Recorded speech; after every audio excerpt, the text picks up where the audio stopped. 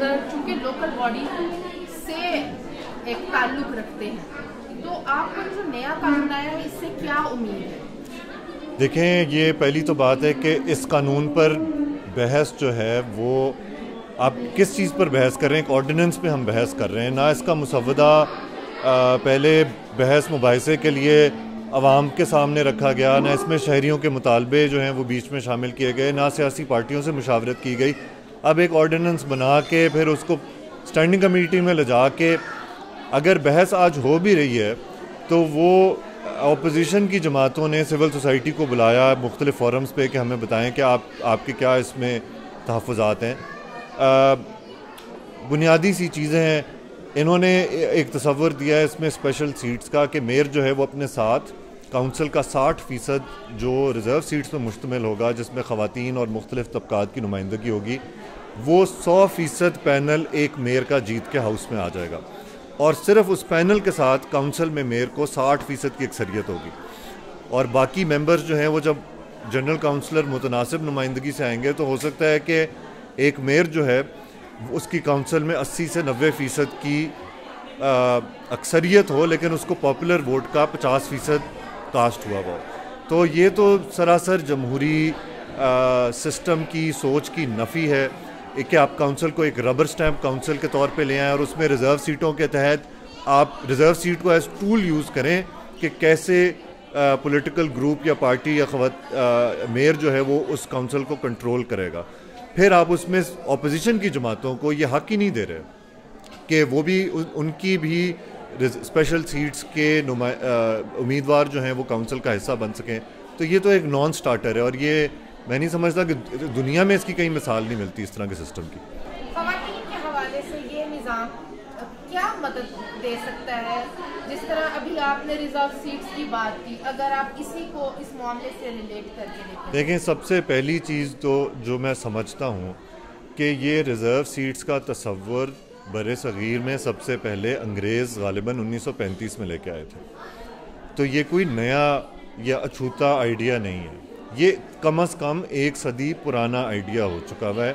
اور آج بھی ہم 2022 میں جب 70% نوجوان پاکستان کی آبادی جو ہے، پاکستان 70% نوجوانوں پر مشتمل ہے، تو ہم ابھی تک اسی آئیڈیا پر اصرار کر رہے ہیں، انہی ریزرو سیٹوں پر اصرار کر رہے ہیں، ان کی تعداد بڑھانی چاہیے، کم کرنی چاہیے۔ لیکن حقیقت میں ہم نے یہ دیکھا کہ جو مطلوبہ نتائج ان ریزرو سیٹس نے حاصل کرنے تھے وہ نہیں حاصل کر سکیں، اور یہ اگر ہوتا بھی ہے تو یہ ایک مختصر مدت کے لیے کیا جاتا ہے تاکہ خواتین کو امپاورمنٹ ملے، سسٹم کا حصہ بنے، ان کی ٹریننگ ہو، لیکن ہم نے اس کو ایک ٹول فار سبجوگیشن آف ویمن بنا لیا ہے۔ انڈائریکٹ ہم الیکشن کراتے ہیں، پھر قومی اسمبلی، صوبائی اسمبلی، ضلع اسمبلی، یونین کونسل تک خواتین کو یہی تانے ملتے رہتے ہیں کہ ہم جنرل سیٹوں پہ آئے ہیں عوام کے ووٹوں سے، اور آپ ہمارے ووٹوں سے آئے ہیں، یا آپ ہماری لسٹ پہ آئی ہیں، تو آپ سیکنڈ گریڈ ریپرزینٹیو ہیں۔ نہ ان کو فنڈنگ، ڈیولپمنٹ فنڈنگ یا اس طرح کے فیصلوں میں سنجیدگی سے لیا جاتا ہے۔ اور جو دوسرا بڑا مسئلہ دیکھنے میں آیا کہ اب یہ سیٹس جو ہیں وہ ایسی سیاسی شخصیات جو جنرل سیٹس پر ایڈجسٹ نہیں ہو پاتی ہیں، جنہیں ٹکٹ نہیں مل پاتا یا کسی اور وجہ سے، ان کی کسی فیملی ممبر کو as a proxy candidate appoint کیا جاتا ہے تاکہ وہ ان کی تشفی ہو جائے۔ تو یہ اس سسٹم کو ایک سنجیدہ طور پہ دوبارہ دیکھنے کی ضرورت ہے۔ اگر ہم نے نئے زمانے میں بڑھنا ہے تو ہمیں نئے آئیڈیاز کی ضرورت ہے۔ کم از کم ریزرو سیٹس پر ہمیں اس حلقے کے خواتین ووٹرز کو ایک سپریٹ بیلٹ پیپر دینا چاہیے، تاکہ اگر یہ حقیقی طور پہ خواتین کی نمائندہ ہیں تو یہ خواتین کے ووٹس لے کے الیکٹ ہوں۔ دوسری چیز جو ہمیں سیاسی پارٹیز کو مجبور کرنا چاہیے کہ اب یہ کوٹا سسٹم کم کریں اور ڈائریکٹ سیٹس یا direct elections per M N A, M P a, mayor, ضلع چیئرمین یونین کونسل، کونسلر کی نشستوں پر کوٹاز مقرر کیے جائیں کہ آپ نے کم از کم 20% نشستوں پر خواتین کینڈیڈیٹس کو نامینیٹ کرنا ہے تاکہ خواتین مین سٹریم کا حصہ بنیں اور انہیں واقعی ایگزیکٹو، لیجسلیٹو، ریئل ایکسپیرینس جو ہے وہ حاصل ہو۔ جیسے نون لیگ نے گزشتہ کچھ ضمنی انتخابات میں خواتین کو ٹکٹ دیا جی، اس کے بارے میں کہا جاتا ہے کہ وہ بیوہ تھیں یا وہ مرحوم کی بیٹی تھی، یا آپ کو لگتا ہے کہ یہ ٹرینڈ کہیں نہ کہیں خواتین کو اس حوالے سے آگے جا کے مدد کر سکتا ہے؟ جی، میں اس میں خاص طور پہ نوشین افتخار صاحبہ کے الیکشن کا بہت میرا خیال ہے کہ ایک بڑا اہم ترین الیکشن تھا، کیونکہ ان کا خاندانی پس منظر بھی ایک مذہبی خاندان تھا، اور ان کے والد جو ہیں وہ گدی نشین تھے، افتخار الحسن شاہ صاحب، زارِ شاہ صاحب. تو اس ماحول میں ان کا سامنے آنا، جبکہ ان کے گھر میں بھائی بھی تھے، اور جس طرح انہوں نے الیکشن لڑا، کیمپین کی، یہ ایک بڑی اچھی مثال ہے. اور ٹھیک ہے، ہمارے معاشرے کا ایک کلچرل کانٹیکسٹ ہے یہاں پر. عمومی طور پہ لوگ جس پیشے سے یا جس ایکٹیویٹی سے خاندان منسلک ہوتا ہے، زیادہ تر رجحان لوگوں کا اس طرف ہوتا ہے. یہ کوئی بری بات نہیں ہے. بری بات صرف یہ ہے کہ سیاست میں جب یہ چیز پریکٹس ہوتی ہے تو سیاسی میدان میں باقیوں کے لیے دروازے بند نہ کیے جائیں. بچے بھی سیاست میں آئیں، لیکن پولیٹیکل کمپٹیشن ایسا ہو کہ جو ڈیلیور کر سکے، جو لوگوں کو اچھی سروس دے سکے، وہ سروائیو کرے. یہ نہ ہو کہ ہم نے اب اس کو سیاست کو بدقسمتی سے اس میں کمپٹیشن، مقامی حکومتوں کو ختم کر کے اس میں کمپٹیشن ختم کر دیا. M N A M P A کی سیٹس پہ نئے سیاستدان نہیں آ رہے، کیونکہ جو نیچے سے سیاست کی نرسری ہے اس کو ہم نے بند کیا ہوا ہے.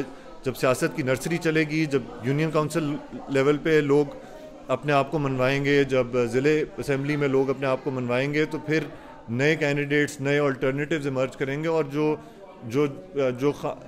ایسے سیاستدان جن کے خاندان سیاست سے منسلک رہے ہیں، ان کو بھی کمپٹیشن ملے گا. اور یہ کمپٹیشن ہیلدی ہے، اور اسی سے پاکستان کی جمہوریت میں آگے بڑھنا ہے. ای وی ایم کے حوالے سے آپ کو کیا لگتا ہے؟ ای وی ایم کے حوالے سے بہت سارے پریکٹیکل چیزیں ہیں. ایک تو اس کی ٹیکنیکل انٹیگریٹی، اس میں سیکریسی کی جو ایلیمنٹ ہے، اس میں ٹیمپرنگ کا جو رسک ہے. دنیا بھر میں جو ڈیولپڈ ڈیموکریسیز ہیں، جہاں پہ ڈیموکریٹک ٹریڈیشن یا جمہوری روایات سینکڑوں سال پرانی ہیں، بڑی لوگوں نے قربانیاں دیں، جنگیں لڑیں، خون بہا، وہاں پر جمہوریت جو ہے اس کو سیکریٹ تصور کیا جاتا ہے. تو ابھی تک انہوں نے اس کو اڈاپٹ نہیں کیا، کیونکہ وہ سمجھتے ہیں کہ جس ووٹنگ سسٹم پر 1% بھی شک ہو سکے، وہ پورا کا پورا شک میں پڑ جاتا ہے. تو ایک تو یہ مسئلہ. دوسرا، یہاں پر ایک ڈیجیٹل ڈیوائڈ، لٹریسی کا اتنا بڑا مسئلہ ہے کہ ہم شاید سمجھتے ہیں جو ایوانوں میں بیٹھنے والے ہیں کہ سب ہماری طرف اسمارٹ فونز پہ بٹن دبا رہے ہیں. لیکن یہاں پر آپ دیکھیں، اب لفٹس لگنے کا رواج پنجاب میں بھی شروع ہوا ہے، تو لوگ لفٹ میں جا کے پریشان ہو جاتے ہیں کہ انہوں نے کون سا بٹن دبانا ہے. تو جب آپ کو تیسرے چوتھے فلور پہ پہنچنے کے لیے لفٹ آپریٹر کی ضرورت ہوتی ہے، تو آپ کیسے لوگوں سے، یہ بڑا ایک ہر کسی کے لیے اس کو اڈاپٹ کرنا آسان نہیں ہوگا. یہ لوگوں کو محروم کر رہا ہے ایک طرح سے. اور دوسرا، آئی ووٹنگ بھی میں سمجھتا ہوں بڑی اہم چیز ہے لوکل گورنمنٹ کے تناظر میں. انہوں نے قانون میں لکھا ہے کہ اوورسیز ووٹرز بھی اس میں الیکشن میں حصہ ڈال سکیں گے. اب یہ بنیادی طور پر گلی محلے، لوکل مسائل کے الیکشن ہوتے ہیں. میں مثال دیتا ہوں ضلع گجرات کی، جہاں سے بہت سارے لوگ یورپ میں مقیم ہیں. تو کیا گجرات کے اب گلی محلے، نالی، گٹر کے فیصلے جو ہیں وہ پیرس میں یا ملان میں رہنے والے وہ لوگ کریں گے جو گجرات سے وہاں موو ہوئے ہیں؟ تو اس میں ٹھیک ہے، اوورسیز پاکستانیز کا ایک حق تسلیم ہم بھی کرتے ہیں، لیکن لوکل الیکشنز میں پوری دنیا میں آپ کو اس شہر کا، اس محلے کا، اس علاقے کا رہائشی ہونا پڑتا ہے، کیونکہ مسائل کی نوعیت ایسی ہوتی ہے. تو اس پر بھی میں سمجھتا ہوں ایک بحث نہیں ہوئی، اور یہ بھی ایک مسئلہ ہے اس الیکشن. تو آپ کی جماعت اس حوالے سے کوئی بحث؟ ہماری جماعت میں مقامی حکومتوں، دیکھیں پچھلے 3 سالوں میں ہماری جماعت نے مقامی حکومتوں کی بحالی کی تحریک لڑی، اور یہ ایک تاریخی جنگ تھی، جدوجہد تھی، جس کے نتیجے میں سپریم کورٹ نے اب ایک ایسا فیصلہ دے دیا ہے کہ پاکستان میں کہ مستقبل میں مقامی حکومتیں اس کا ایک مستقل حصہ ہوں گی. ان کو کوئی گرا نہیں سکے گا، کوئی ہٹا نہیں سکے گا، جو سب سے بڑا مسئلہ تھا. اور اسی دوران یہ جدوجہد کے دوران مسلم لیگ نون کا ایک اصولی مقامی حکومتوں پر بھی ایک بحث ہوئی اور اب ایک موقف ایمرج کر رہا ہے کہ ڈیولوشن آف پاور جو ہے اسی سے جمہوریت مضبوط ہوگی اور سیاسی جماعتوں کو بھی وہ سوٹ کرتا ہے, اس سے ان کی بھی جڑیں مضبوط ہوتی ہیں. تو مسلم لیگ نون اس لاء پر بڑی سنجیدگی سے لیڈر آف اپوزیشن جناب حمزہ شہباز کا مقامی حکومتوں پر انہوں نے ایک بڑی سنجیدہ قسم کی بحث پارٹی کے اندر بھی کروائی, اور مختلف ورکنگ گروپس اس وقت کام کر رہے ہیں, اس لاء کی کلاز بائی کلاز ریڈنگ کر رہے ہیں. میں آپ کو ایشوز بھی بتا سکتا ہوں, لیکن یہ ای وی ایم آئی ووٹنگ پر ہمارے سخت تحفظات ہیں. ہم سمجھتے ہیں کہ یونین کاؤنسل اور ضلع کا الیکشن ایک دن ہونا چاہیے. یہ اتنے بڑے بڑے ضلعوں اور شہروں کے الیکشنز جو ہیں یہ علیحدہ ہوں گے تو یہ اربوں خربوں کے الیکشنز ہوں گے, اور بہت ساری سیاسی کلاس جو ہے وہ محروم رہ جائے گی اس میں حصہ لینے سے.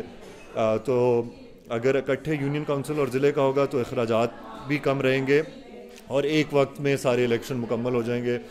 اسی طرح یہاں پر جو ربط یونین کاؤنسل اور ضلع کاؤنسل کا توڑا گیا کہ یونین کاؤنسل نیچے والے نمائندے ضلع کے عوام کے فیصلوں میں ان کی رائے شامل ہوتی تھی, وہ میں سمجھتا ہوں جمہوری روایات کی نفی ہے, اس کو بحال کرنا چاہیے.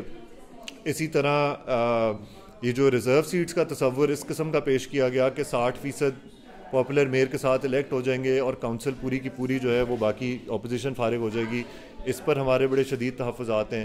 اسی طرح پنجاب کے 300 سے زیادہ شہری علاقے جس میں سابقہ میونسپل کمیٹیز, سابقہ ٹاؤن کمیٹیز, جو 20,000 سے لے کے 3.5 لاکھ کی آبادی والے شہر ہیں, ان سب کو یک جنبش قلم جو ہے وہ دیہاتی علاقوں کے ساتھ مرج کر کے ضلع کونسلوں کا حصہ بنا دیا گیا. اب یہ بہت بڑا ایک چینج ہے پہلے لوکل گورنمنٹ سسٹم سے, اس پر بحث ہونی چاہیے کیونکہ ہم نے ایک طرح سے ان علاقوں کو سیاسی نمائندگی سے محروم کر دیا. ان کے اپنے یونیک مسائل ہوتے ہیں. ہم یہ چاہتے ہیں اور ہمارا موقف ہے کہ دیہاتی شہری کے بھی جو میونسپل حقوق سے ان کو تسلیم کیا جائے, لیکن شہر اپنے سائز کی وجہ سے ایک زیادہ کمپلیکس میونسپل انٹیٹی ہوتی ہے, زیادہ مسائل ہوتے ہیں اور وہ معیشت کا ہب ہوتے ہیں اس علاقے کی. تو اگر وہ نظر انداز ہونے شروع ہو گئے تو اس کے بہت دور رس نتائج ہوں گے. بڑی تیزی سے شہر بڑھ رہے ہیں. رحیم یار خان کی آبادی پچھلے 20 سال میں دگنی سے زیادہ ہوئی, ڈی جی خان کی آبادی دگنی سے زیادہ, تقریباً اب یہ 4-5 لاکھ کی آبادی کے شہر ہیں. تو ان شہروں کو ریکگنائز کرنا چاہیے, ان کو ڈس انفرینچائز نہیں کرنا چاہیے. یہ ایک بہت اہم چیز ہے جو اس لاء میں نہیں دیکھی گئی. بہت شکریہ.